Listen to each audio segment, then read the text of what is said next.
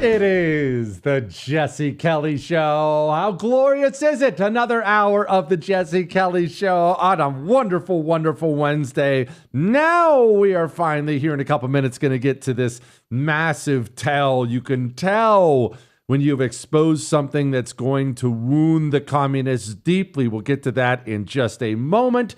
Then we're going to talk more about power. We're going to get into that this hour when we're done with this USAID stuff. Power. Should we use it? We don't want to use it like them. We don't want to be evil. Should we use it? Can we get by with not using it? All that, emails, so much more coming up this hour on the world famous Jesse Kelly Show. Now, human beings, all human beings, we have tells. You listen to me talk for 3 hours a day.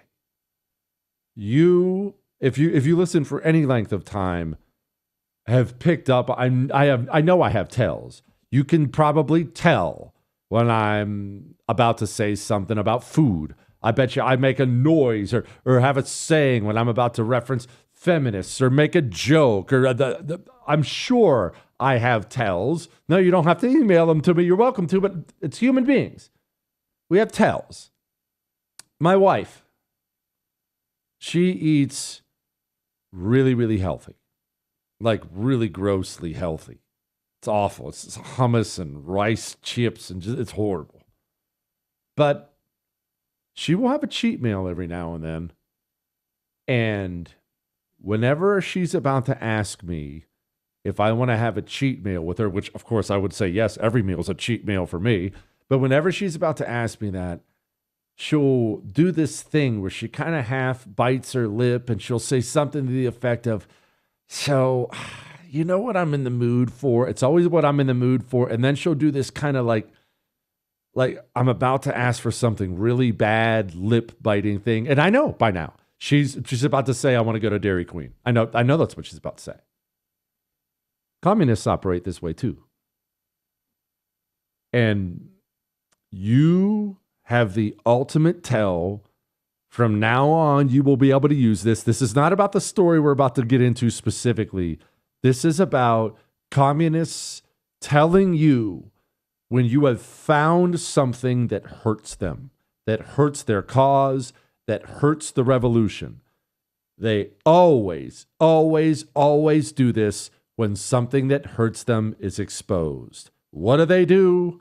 This. And as a result, people are going to die. Connected to this. They always do this.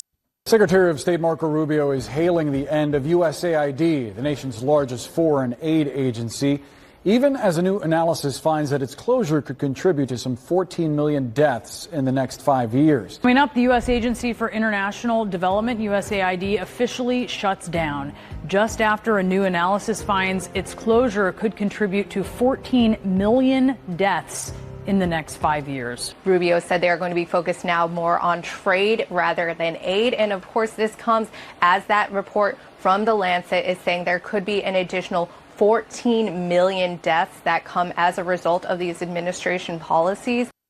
Oh, I could sit and play this forever. It's not just one or two outlets.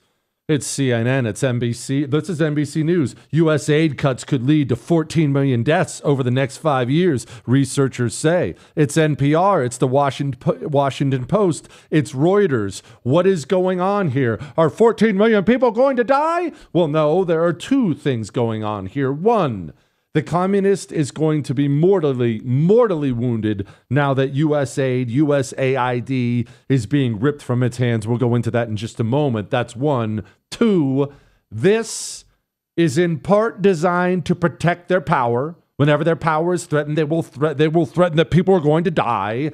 And the other part of this is it gives your liberal Aunt Peggy a weapon in conversation, in debate. What is that weapon?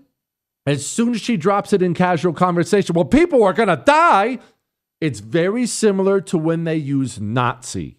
It's so over the top. It's so extreme. and it's designed to give you, her opponent or potential opponent, it's designed to give you nowhere to go. After all, what are you supposed to say when liberal Aunt Peggy says, people will die? Are you supposed to say, I don't care? Now, that's what I would say, because I know what they're doing. But most normal people, decent people, we're not talking about you and me, remember? You know this stuff, but normal, decent people, even if they disagree with what's being said, the second you drop, well, I guess you're okay with 14 million people dying, you have shut down the debate because Norma, they don't feel like they can argue against that. You have taken such an extreme emotional position that anything you say from that point on makes you uncomfortable and you will move on. It's a tactic. But the lesson is, one, they use it as a tactic in arguments, and two, whenever you see the system saying mass death will result if whatever it is happens, you know the system is threatened. Now, what is it about this USAID, USAID? What is it about this that they love so much? And they do. You probably never even heard of this organization before Trump got elected again. Why do they give speeches about it? We also know this is just the beginning. If DOGE attacks USAID today, then you can be sure they'll move on to another target tomorrow. Who knows? Maybe it'll be the Postal Service or the IRS or even the Social Security Administration. They could be next. Sorry, I just got excited. Anyway, what is it about USAID? Well, I can't help but make a connection. As the Trump administration has attacked government organizations and government-connected organizations, he's defunding them. He's ripping their power away. That happens to coincide with the stories that show the Democrat Party is bankrupt. So bankrupt, they're talking about having to take out loans to keep the lights on. You see, year after year after year after year, decade after decade, the communists inside of the government have embarked on an incredible journey, a very successful journey. And that journey has been this: figure out how to use taxpayer dollars to fund their revolution domestically and revolution abroad. And one of the main arms of that was USAID. Do you remember the stories? We talked about it before. You remember when Trump got up and he gave that speech and he said, hey, we're funding, tranny surgeries in Guatemala for frogs or something crazy, all the crazy stuff there. And we all scoffed and laughed and scoffed and laughed. Do you want to know something? A lot of those things were USAID projects. Now, why? Is it just that they wanted to tranny frogs? Sure, that's part of it. But there's actually two reasons why. The first reason is USAID is connected to the Central Intelligence Agency. Many people, depends on who you talk to, will say it's flat out part of the Central Intelligence Agency. The Central Intelligence Agency uses it to go around any elected authority, like the president or even the State Department, to conduct its own foreign policy. So let's say I'm Johnny Communist and I work for the Central Intelligence Agency and I'm in Rwanda, God forbid. I'm in Rwanda, and you know what? Rwanda needs to have a coup. I don't like this government. Maybe the State Department disagrees with me. Maybe the president, Donald Trump, maybe he disagrees with me. But you see, I'm Johnny Communist. I have a CIA badge. I know better than all these people. I'm all-knowing. I'm all-powerful. No. We need to have a revolution. How do you do that? You take this wonderful sounding agency, USAID, and you use the slush fund it has to fund a revolution to topple the government that you did completely separate from government oversight or government permission. You essentially conduct American foreign policy with American taxpayer dollars without oversight at all. Why do you think it is, and Mike Benz makes this point all the time, why do you think it is ever since USAID got defunded and shut down in all these foreign countries, not a single foreign country has complained? In fact, most of them have celebrated. That's weird. We were told USAID is just providing rice and fly swatters for the starving kids in Africa. If that was the case, why, oh why? Why is everybody happy they're gone? Because it's a Central Intelligence Agency linked, if not, I mean, it is a CIA. It's a CIA linked organization that funds revolutions all around the world unsupervised. That's why Marco Rubio didn't just shut it down. He essentially grabbed it and said, all of this stuff now will be administered by the State Department. What's he saying with that? You don't get to do whatever you want anymore. Now, I'll let you know whether or not you're allowed. That's reason number one. Reason number two, we'll get into in a moment.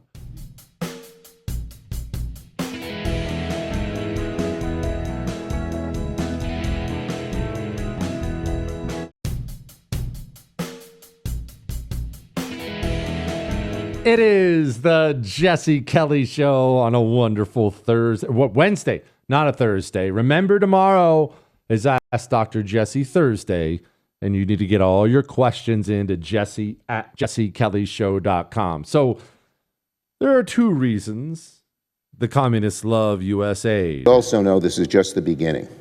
If Doge attacks USAID today, then you can be sure they'll move on to another target tomorrow. Who knows? We already discussed the CIA-linked portion of it.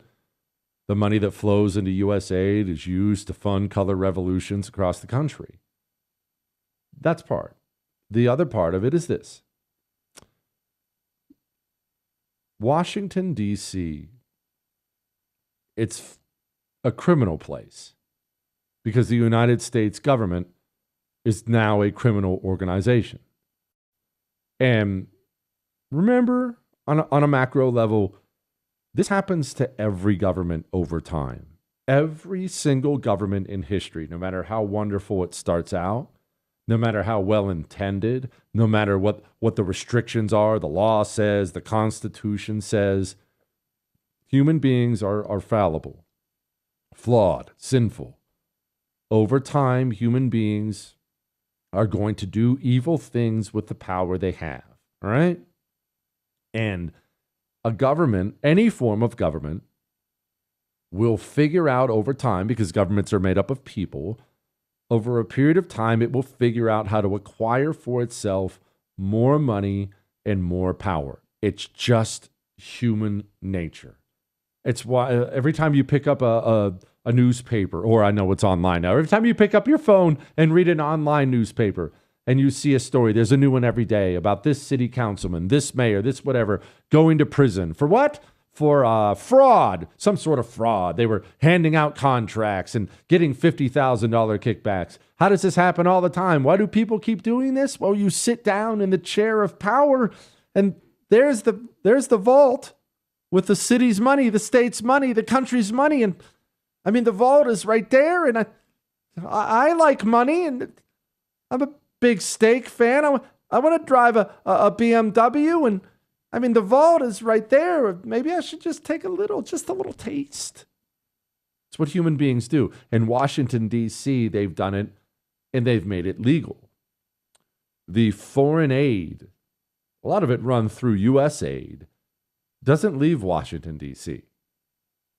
When you hand Washington, D.C. $100, and I know you don't hand it to them, those dirty snakes steal it from your paycheck, but when you hand Washington, D.C. $100, and Washington, D.C., they tell you, hey, you know, we're gonna send this $100 over to those African kids. They need rice and they need fly swatters. The flies are all over them. I saw it. We're going to get them rice and we're going to get them fly swatters. Maybe you're under the impression that $100 then just goes immediately down to the rice store and the fly swatter store, and they're handing it out to poor African kids. But that's not what happens. Congress allocates that money to organizations, non-government organizations, sometimes government organizations. But of course, those organizations work with other organizations. It's an unbelievably tangled web designed to confuse you because they're stealing your money. If you ever go to Washington, D.C., you will notice that it's the wealthiest place you've ever been in your life. All the streets are new, the buildings are new, the cars are all nice. It's almost like you're transported into this world of wealth, and you are. And it's a world of wealth because they've found out over the years how to steal your money. You hand them the $100 for the rice and fly swatters, and they figure out a way to keep 90 cents, 95 cents of it right here at home in Washington, D.C., paying for this guy's $500,000 salary, paying for this guy's second or third cousin to have a $200,000 a year job, maybe a couple fly swatters and a jar of rice will get over to the poor African kids. But the truth is, it's all a big slush fund because they're all a bunch of filthy thieves who live every single day to steal your money. Why in the world would the most powerful Democrat in Washington, D.C. get up on the Senate floor and get indignant about USAID, an organization no one's even heard of? USAID being defunded? Why would he care? We also know this is just the beginning. If DOGE attacks USAID today, then you can be sure they'll move on to another target tomorrow. Who knows? Maybe it'll be the Postal Service or the IRS or even the Social Security Administration. They could be next. Or maybe our national security agencies. He got indignant about it because he understands this, quote, foreign aid money, the rice and fly swatter money. It's going to pay for somebody's BMW. It's going to pay for somebody's fancy Washington townhome. It's all a criminal organization, a bunch of bank robbers who do what they do to steal your money. That is the purpose of all this. And a lot of this money has funded Democrat politics in this country. It doesn't all go to BMWs and townhouses. The money goes from this organization to that organization to that organization. And oh, would you look at that? Some of the money ended up helping Democrats get elected in the country. Look at how poor the Democrat Party is now, right as we start cutting all these funds. What an odd coincidence. All right, let's do some emails. Next.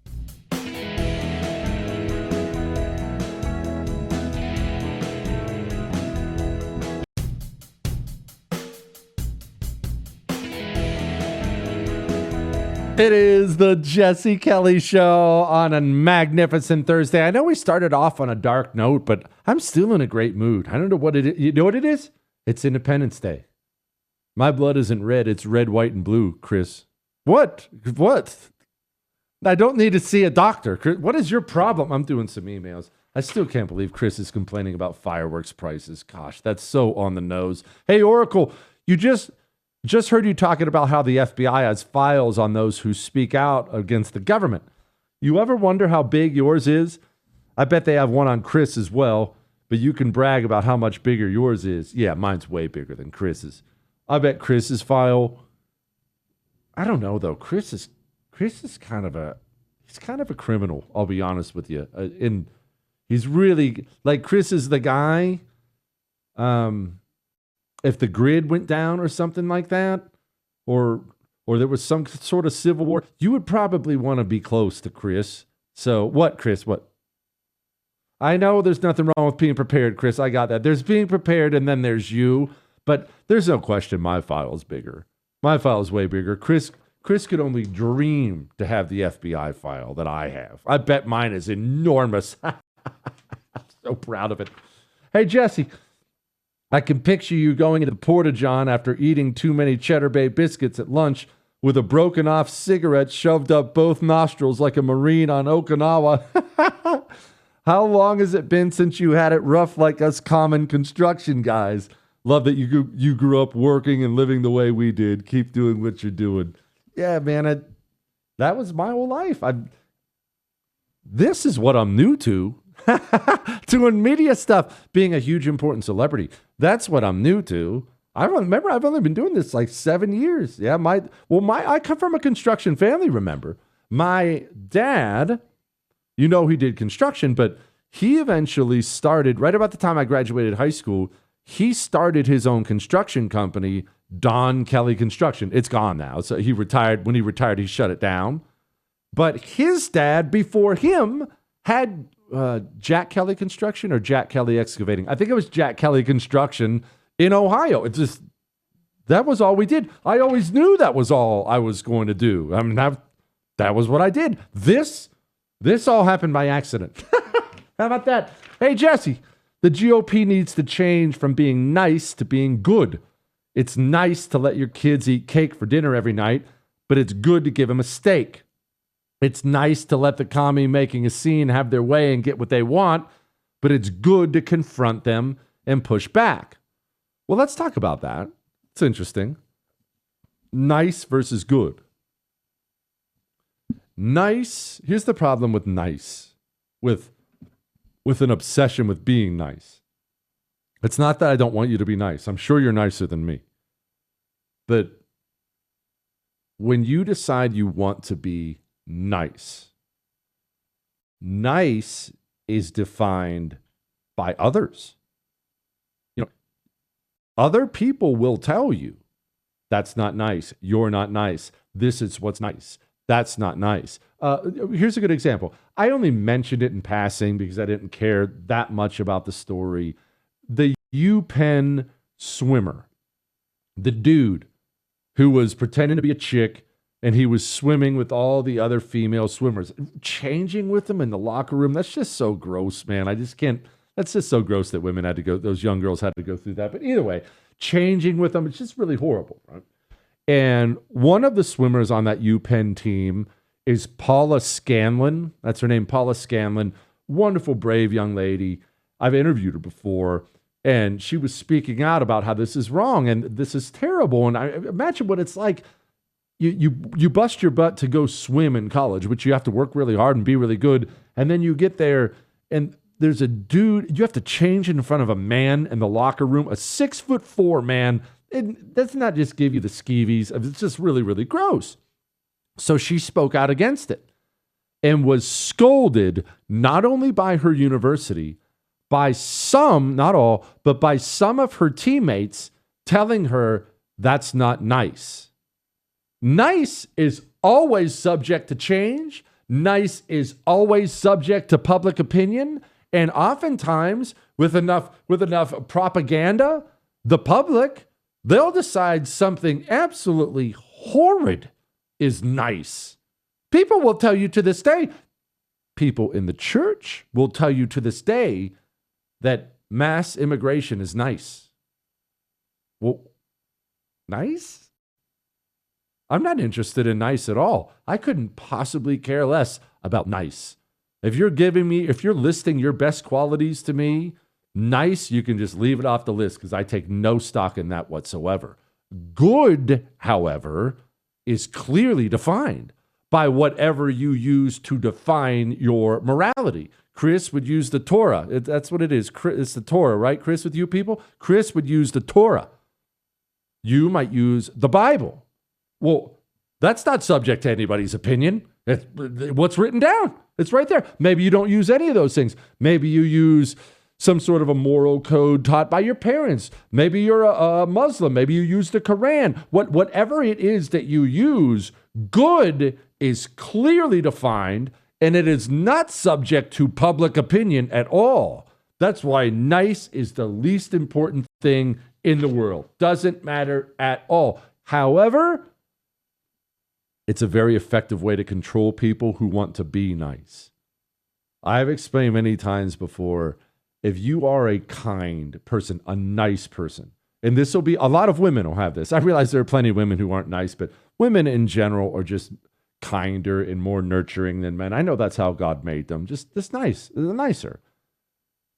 Being an anti-communist is more difficult for a woman than a man, because the communists will use emotional manipulation on people who want to be nice and want to be seen as nice.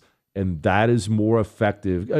Again, nothing's universal, but that is more effective on women than it is on men, because women are just kind and nurturing. You know, the old stereotype that, at least in my house, was 100% true. I was always wrecking my bike. Me and all my buddies, we would always build bike ramps, And none of them were stable. And we were always just destroying ourselves and wiping out and blood and everything else.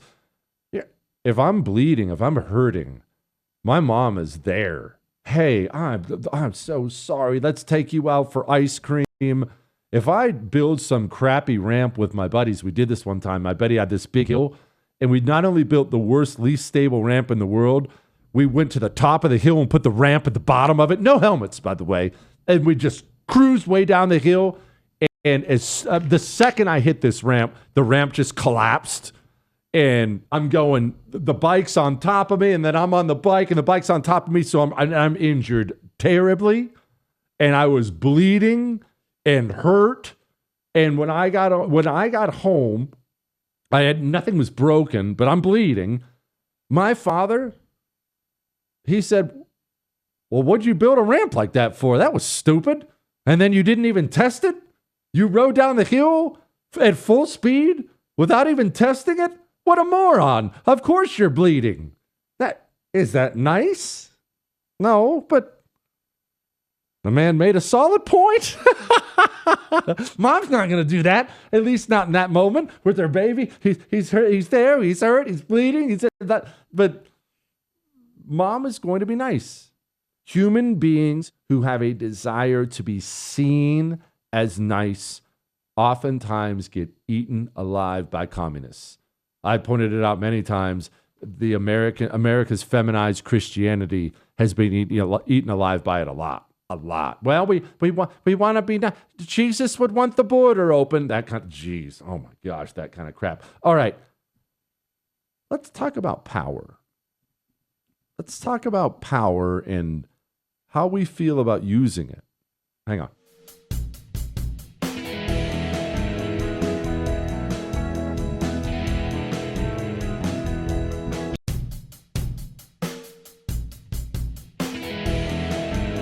It is the Jesse Kelly Show on a fantastic Wednesday. There's just something about Johnny Cash that feels American.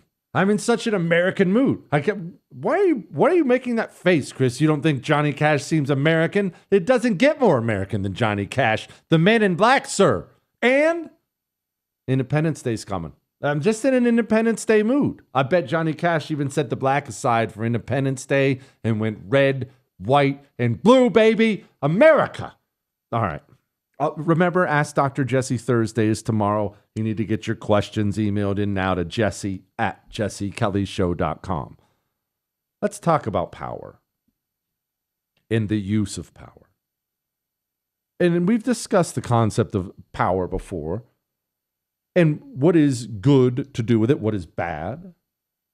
I think, if I asked you, hey, what would you do with $10 million? And let's say it was a whole group of people. So it's just not you and me. You have to confide this in front of a whole group of people. Maybe you'd say you're going to buy a boat or something, a new gun, NVGs. Chris would finally buy fireworks. But I bet you would also say, I'll help somebody. I'm gonna give back. I'll pay off my mom's house or give some to the poor or something. Well, why? Because we understand, good, decent people understand that power, whenever you get any of it, maybe you're a parent or a manager or the president or anything else, power should be used for good, not for bad, not for selfish reasons, should be used for good. Now, our sinful nature is going to fight against that, but power should be used for good. So we get that, right?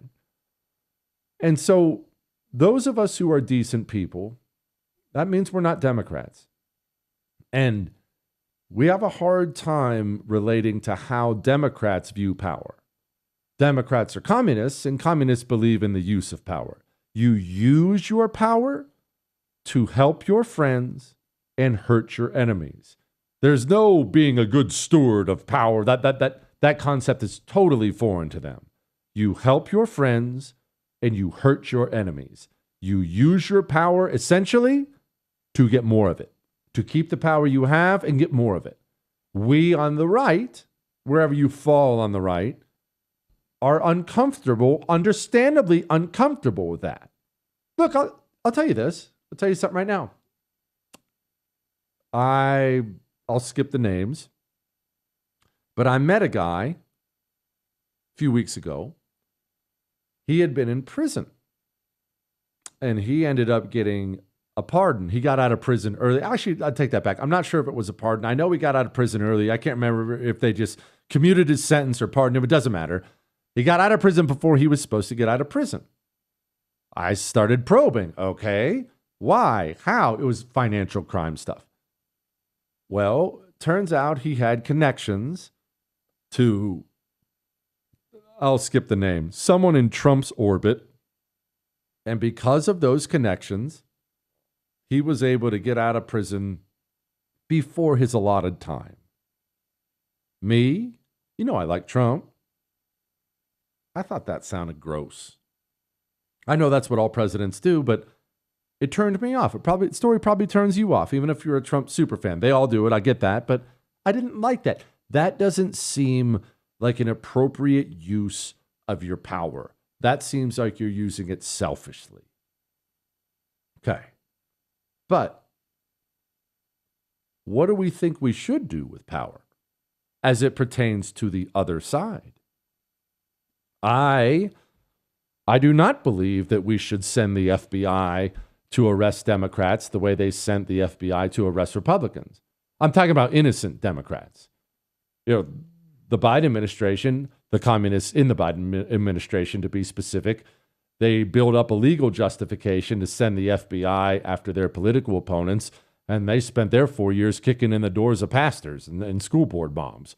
That's evil, and I don't want that done back to them. I don't. I think that's horrible. But surely we can acknowledge that some use of power when you're dealing with evil is good. I bring that up because there are two headlines here. Headlines that people on the right have mixed emotions about. First one, Trump unfreezes $175 million after UPenn removes the men from women's sports and they revoke the records of the dude who was pretending to be a woman. Why did UPenn come out yesterday and apologize to all those female swimmers and strip the dude of all of his records? It wasn't because they had some change of heart. They did all that because Donald Trump took $175 million away from them and said, no, sorry, none for you. Penn woke up yesterday with no choice but to do the right thing. How do you feel about that? Me personally, I love it. I'm okay with it, but a lot of people aren't. Well, I shouldn't do that. We don't like it when they... Well, if we don't do that, then how do we fix it? Here's another headline. I know you'll probably support this. Stanford Medicine halts trans surgeries on kids after pressure from the Trump administration. The Trump administration looked at Stanford Medicine and said, hey, you're mutilating children. If you continue to mutilate children, we are going to hurt you in some way. So you better stop. Stanford didn't want to be hurt, so they stopped. Are you okay with that? I am. But traditionally, the right, much of the right, will not be. The truth is, when you are as far gone as we are culturally, we just can't be hands off with the people who have wrecked us. We can't be. We don't want to be them. We don't ever want to become that. We don't ever want to send the FBI after our political opponents. We don't ever want to take those steps, hand out the money from the public treasury to our donors. We don't want to do that. But surely we're okay with doing something, right? All right. There's a very, very interesting little tidbit about the change in Democrat voters, and people are taking the complete wrong lesson from it. You, me, we will explore it, and we'll take the right lesson from it.